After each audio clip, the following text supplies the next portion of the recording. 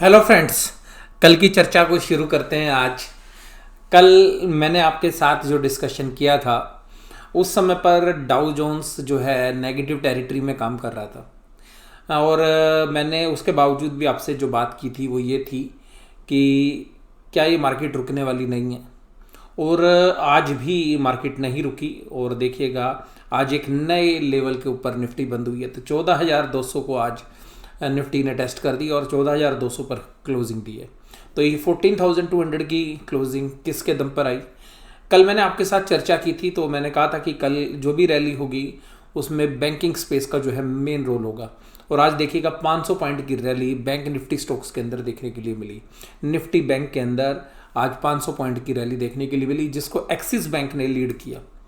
तो यहाँ पर आपके सामने जो कल मैं चर्चा कर रहा था मैंने आपके साथ ये बोला था कि जिधर भी मार्केट जाएगी तो बैंक निफ्टी ही लेके जाएगा। और रीज़न ये था कि जो कैंडल्स बनी हुई थी वो इस तरीके से थी कि ऊपर जाएगा तो भी जो है बैंक निफ्टी ही पार्टिसिपेट करेगा और नीचे जाएगा तो भी बैंक निफ्टी।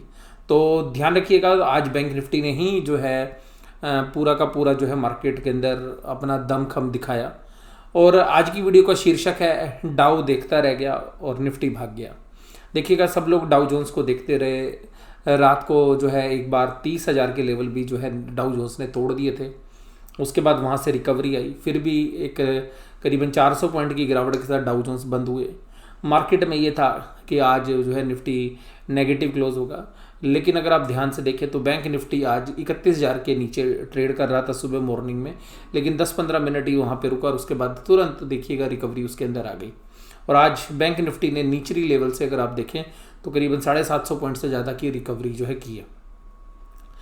इसके साथ साथ आज के डेटा पॉइंट कुछ थोड़ा सा डिफरेंट बनते हुए नजर आ रहे हैं। चार्ट हालांकि आज स्ट्रॉन्ग है, चार्ट जो है निफ्टी का भी स्ट्रॉन्ग हो गया है, लेकिन अगर आज डेटा पॉइंट की बात करें तो डेटा पॉइंट से आज पहली बार ऐसा लग रहा है कि शायद निफ्टी अब इसके आसपास जो है थोड़ा टाइम स्पेंड करे या हल्की सी प्रॉफिट बुकिंग भी आपको नीचे के लिए देखने के लिए मिल सकती है। तो काफ़ी दिनों के बाद ऐसे डेटा पॉइंट जो हैं देखने के लिए मिल रहे हैं। तो ये सारी जो चर्चा है मैं आपके साथ कर रहा हूँ। तो इस चर्चा के अंदर देखिएगा सबसे पहली बात जो हम डिस्कस कर चुके हैं, तो आज 14,200 के लेवल पे जो है निफ्टी बंद हुआ।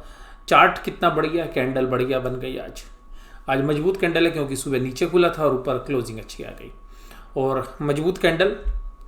और आज देखिएगा मैंने आपको बोला था कि BFSI स्पेस जो है banking and financial services and insurance space जो है वो अच्छा करेगा। तो आज देखिएगा HDFC लिमिटेड आज 52 वीक हाई पे नहीं, लाइफ टाइम हाई पर बंद हुआ है। एक्सिस बैंक 21.61, इसमें बहुत जबरदस्त तेजी थी।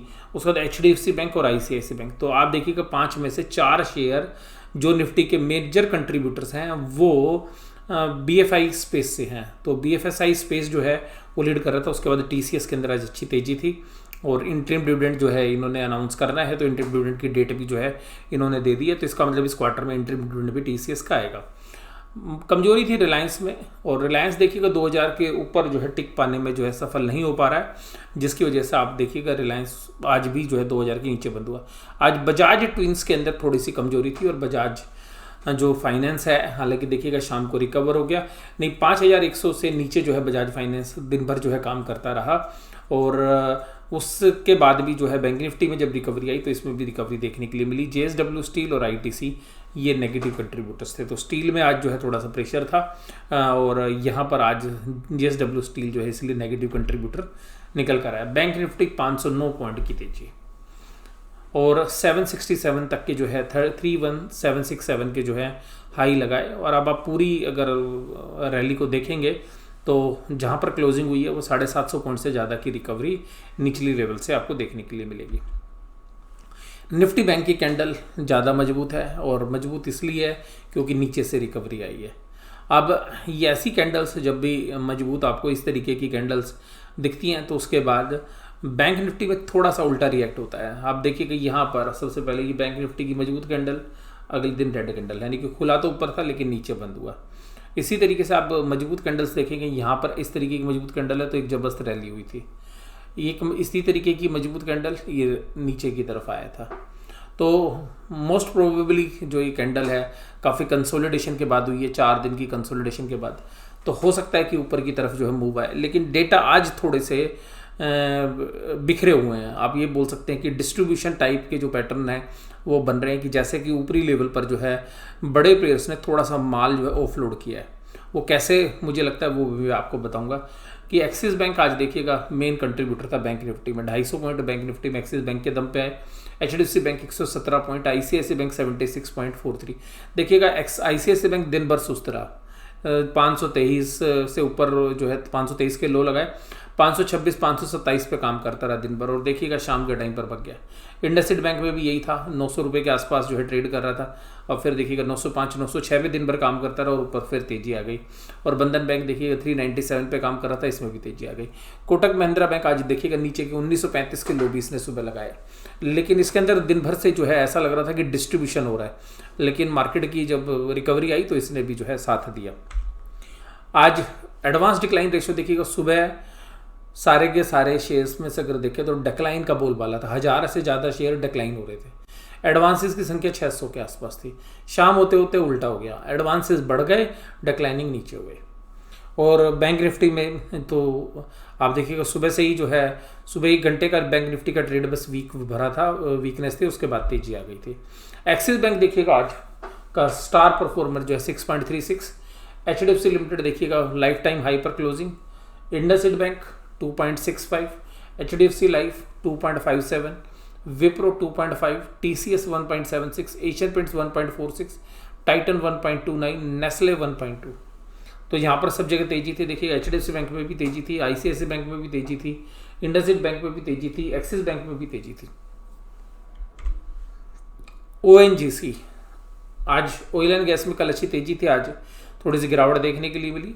टाटा स्टील में भी वीकनेस थी, क्योंकि देखिएगा इनका ब्रिटेन में जो लॉकडाउन किया गया कंप्लीट, उसका असर जो है टाटा स्टील पे भी था, क्योंकि इनका बिजनेस बहुत बड़ा जो बिजनेस है वो इनको ब्रिटेन से मिलता है। JSW स्टील यहाँ पर भी वीकनेस। रिलायंस इंडस्ट्री देखिएगा, मैं फिर बोल रहा हूँ 2000 के ऊपर जो है सस्टेन नहीं कर पा रहा है। महिंद्रा एंड महिंद्रा में ब्रोकरेजेस के अच्छे टारगेट थे ऊपर के, लेकिन आज प्रॉफिट बुकिंग थी। ITC ने भी जो है निराश किया, तो यहाँ पर जो है वीकनेस थी।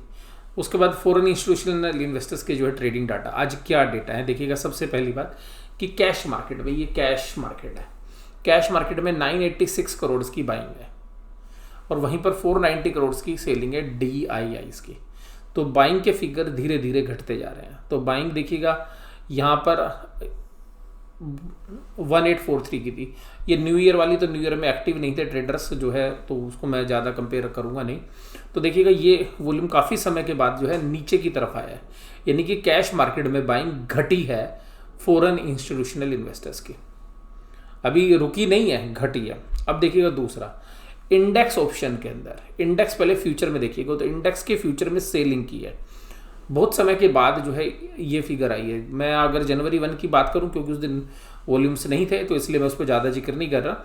176 करोड़ की जो है फ्यूचर्स के अंदर सेलिंग है, और देखिएगा इंडेक्स ऑप्शंस में भी सेलिंग है। तो ये भी जो है इंडिकेट कर रहा है कि यहाँ पे जो सेलिंग है, तो ये सेलिंग किस में हुई होगी, या तो कॉल ऑप्शन सेल की होंगी या पुट ऑप्शन सेल की होंगी। तो इसका जो है सही तरीके से आकलन जो है बड़ा मुश्किल है, लेकिन फिर भी सेलिंग के फिगर है, तो कुछ ना कुछ जो है कॉल्स जो है जरूर से जरूर राइट हुई होंगी, क्योंकि मार्केट अपने ऊपरी लेवल्स पे है। और वीकली एक्सपायरी के दौरान जो है कॉल्स क्यों राइट हुई होंगी वो भी मैं आपके साथ शेयर करता हूँ कि क्यों कॉल राइट शेयर सेल हुई होंगी। उसके बाद देखिएगा स्टॉक्स के फिगर, दो स्टॉक्स के फिगर में भी आज जो है स्टॉक फ्यूचर्स में भी सेलिंग है।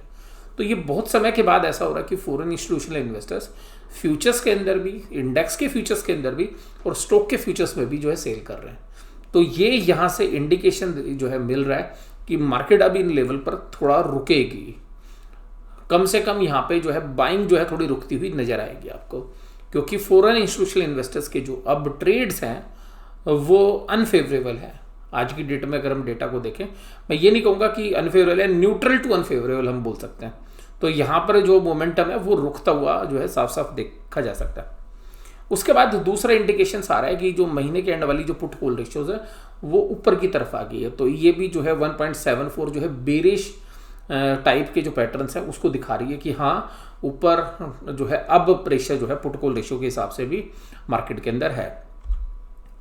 अगर ये हम ओपन इंटरेस्ट देखें 14,000 के ऊपर, तो ये देखिएगा कि 14,000 के ऊपर ओपन इंटरेस्ट जो है 10,32,000 का। और जो मेन है जहाँ पर अभी इंडेक्स चल रहा है 14,200, ये परसों की एक्सपायरी वाली फिगर्स है, यानी कि 7 जनवरी की। तो 28,20,000 का जो है कॉन्ट्रैक्ट जो है कॉल राइट हो रखी है, और वहीं पर पुट में देखेंगे तो ये अमाउंट कम है। तो इसका मतलब है कि पुट राइट करने वाले अब थोड़े से घबराए हुए हैं, वो पुट राइट नहीं कर रहे हैं।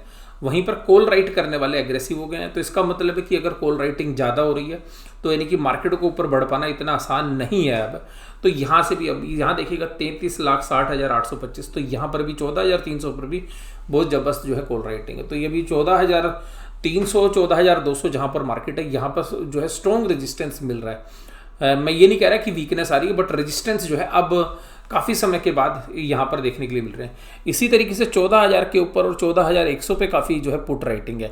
तो ये जो पुट राइटिंग है ये भी आपको बता रही है कि यहाँ पर भी बेस है। तो बहुत जो है जद्दोजहद जो है 14,100 14,200 के बीच में रहने वाली है। तो क्योंकि ऊपर की तरफ 14,200 और 14,300 पे जबरदस्त कॉल राइटिंग है, वहीं पर 14,100 और 14,000 पर जबरदस्त पुट राइटिंग है। तो ये जो एक रेंज है 14,000 से लेकर 14,300, ये एक टाइट रेंज हो गई है मार्केट के लिए। उसके बाद अगर हम बात करें कि मार्केट में सब कुछ चलता जा रहा है, अब किसकी बारी है, तो देखिएगा अभी मुझे लगता है कि कल मैंने आपके साथ बात की थी कि बैंकिंग चलेगा, बैंक आज चल गए। कोटक महिंद्रा बैंक थोड़ा सा वीक लग रहा था 1-2 दिन से, आज भी थोड़ी वीकनेस थी। अब बैंक में सब कुछ चल चुका है। तो अभी मुझे ऐसा लगता है कि मार्केट का सही आकलन जो है कल के लिए, बुधवार के लिए, स्मॉल और मिड कैप के अंदर आज बहुत अच्छी जो है तेज़ी थी, और वहाँ से ब्रॉडर मार्केट में अच्छे रिस्पॉन्स थे। तो मुझे ऐसा लगता है कि ब्रॉडर मार्केट तो अच्छा करेगी अभी। और ये जो है निफ्टी जो है वे रेंज में रहेंगे, और पुट और कॉल्स के जिनके पास ऑप्शंस हैं तो उनके प्रीमियम को शायद बड़े प्लेयर्स जो है डीके करेंगे या उसको कैश करना चाहेंगे। तो इसी रेंज के बीच में जो है अगले 2 दिन मार्केट को रखा जा सकता है, बशर्ते कि इंटरनेशनल मार्केट से कोई बहुत बड़ी नेगेटिव या पॉजिटिव न्यूज़ ना आए। नहीं तो एक दायरे के अंदर जो है बाजार रहने की संभावना है। और स्मॉल और मिड कैप के अंदर जैसी रैली कंटिन्यू है वो कंटिन्यू रह सकती है, अगर बाजार में जो है बड़ी गिरावट नहीं आती है। अगर निफ्टी अपने आप को संभाल लेता है, 14,000 से ऊपर अपने आप को संभाल लेता है, तो स्मॉल और मिड कैप में बाइंग इंटरेस्ट बना रहेगा। और उसी तरीके से अगर ऊपर की तरफ अगर निफ्टी जाता है तो फिर तो लाजमी है कि और स्ट्रॉन्गली जो है स्मॉल और मिड कैप में बाइंग आएगी। तो यहाँ पर अभी जो है 14,000 की जो रेंज है नीचे की तरफ, और ऊपर की तरफ 14,300 की रेंज बनी रहेगी। 14,000 से नीचे अगर मार्केट खिसकती है तो फिर एक सीवियर सेलिंग जो है आ सकती है, क्योंकि वहाँ पर बहुत सारे जो पुट के राइटर्स हैं वो जो है टेंशन में आ सकते हैं। तो वहाँ पर जबरदस्त जो है पुट राइटिंग हो रखी है। तो यहाँ पर मैं आपके साथ इस चर्चा के अंदर यही कहूँगा कि कल की जो मार्केट है स्पेशली इंडेक्स के मामले में वेट एंड वॉच करने वाली जो है रहेगी, बजाय कि आज की तरह जैसे मैंने आपको बोला था कि बैंकिंग में दम रह सकता है, क्योंकि बैंकिंग 2-3 दिन से अंडर परफॉर्म कर रहा था, तो बैंक को भी जो है साथ चलना था। तो अब यहाँ पर मुझे पर्सनली ऐसा लगता है कि मार्केट 1-2 दिन इसलिए भी इंतजार करेगी कि नेक्स्ट वीक से देखिएगा रिजल्ट आने शुरू हो जाएंगे कंपनीज के, तो मार्केट रिजल्ट पे रिएक्ट ज़्यादा करेगी। और अभी यहाँ पे वेट एंड वॉच जो है मार्केट को करना चाहिए। और अगर इंटरनेशनल मार्केट से कोई नेगेटिव आउटकम नहीं आता है तो मार्केट यहाँ पे अभी हो सकता है कि कंसोलिडेट करे और 14,300 की तरफ मूव करे, अगर ऊपर की तरफ अगर हम बात करें, और नीचे की तरफ 14,000। तो इस रेंज में जो है मार्केट मुझे भी लगती है। कल का जो आउटलुक है मेरा वो वेट एंड वॉच का है, और कल मार्केट किस तरफ जाती है ये देखेंगे कल शाम के एनालिसिस के अंदर। तो आज की चर्चा जो है यहीं पे समाप्त करते हैं। वीडियो देखने के लिए धन्यवाद। Thank you very much.